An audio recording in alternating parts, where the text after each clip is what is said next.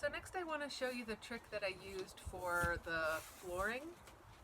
I was trying to work with the materials that I knew you had on hand, which I think are fairly limited for some of you.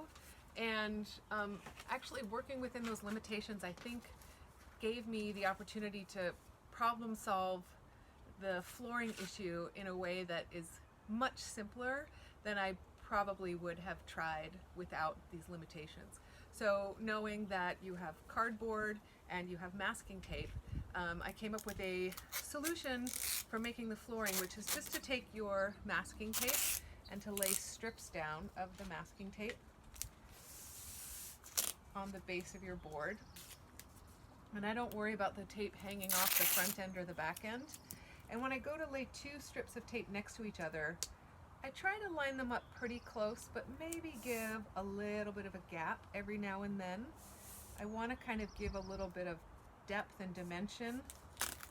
Maybe look like it's a floor that's been walked on quite a bit. And so maybe it's got a few gaps in it from the wood shrinking or shifting. So just kind of pull that in tension. And I just did this in strips over the whole piece of cardboard. Now, this might seem tedious, but it's, as I said, less tedious than I was initially going to do. So I'm going to say that this would be okay if you just took your 1 inch, is this 1 inch? Yeah, 1 inch width of tape and just went all the way across your sheet of cardboard to create your flooring.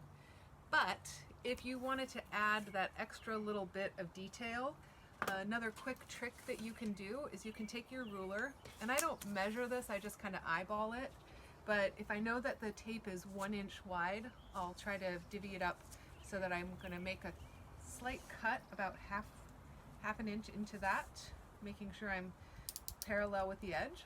And then I'm going to use my utility knife to cut halfway through that piece of tape, and then I'm going to do the same thing with the next strip of tape. Again, just halfway through, don't go all the way through or you'll cut all the way through the cardboard. And if you do that, it's okay. You can just tape it back together on the back side.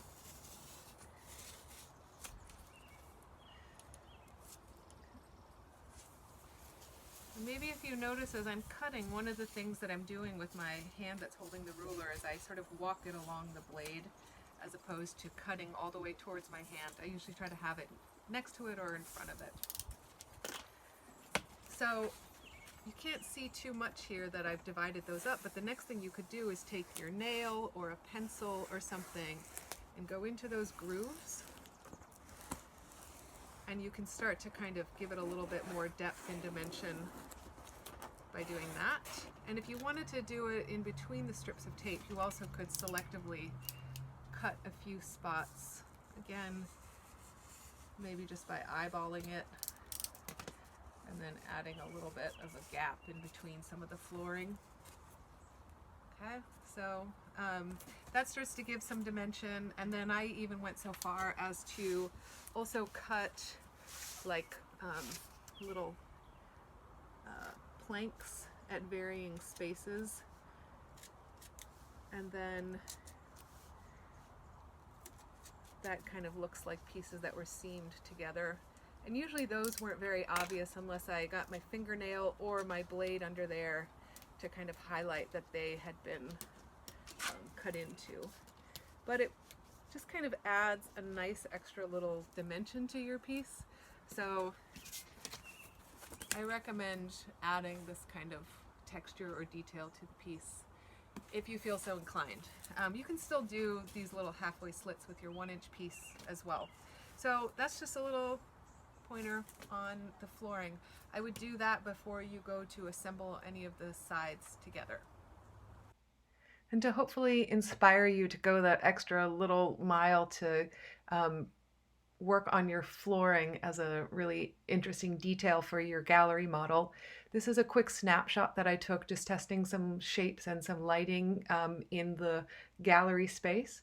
But hopefully you can see that just by cutting those tape strips narrower and making some kind of horizontal plank marks, I made it look a little bit extra dimensional, which makes it look more realistic and believable as a gallery floor.